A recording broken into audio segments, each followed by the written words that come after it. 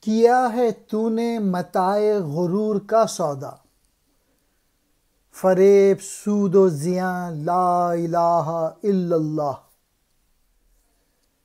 یہ مال و دولت دنیا، یہ رشتہ و پیوند، بتان وہم و گماں لا الہ الا اللہ۔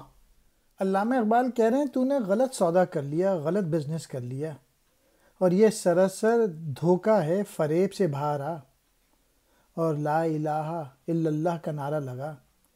یعنی تو دنیا داری میں، اس دنیا میں اس قدر مبتلا ہو گیا ہے کہ نفع و نقصان کے سوا تجھ کو کچھ نظر نہیں آتا۔ اس دھوکے سے اپنے آپ کو نکال کر توحید کی طرف آ۔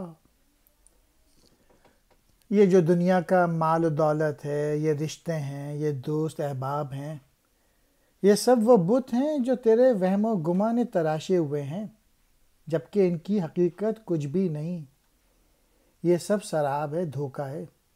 حقیقت صرف اور صرف ایک ہے، اور وہ ہے کلمہ توحید، اللہ کے سوا کوئی معبود۔ میسج یہ ہے کہ آج کے مسلمانوں نے جو دنیا کا نفع ہے اور نقصان ہے، بس اس کو سامنے رکھا ہوا ہے اور ایک ایسے فریب میں مبتلا ہیں۔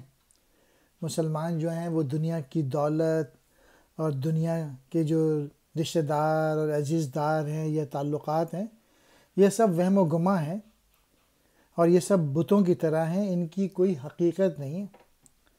یقین کی دولت اور اللہ تعالیٰ پہ یقین پکا، یہ ہونا چاہیے مسلمان کے لیے۔ متاع غرور، غرور کی پونجی یعنی دھوکے کی پونجی۔ فریب کہتے ہیں دھوکے کو۔ سود و زیاں، نفع و نقصان۔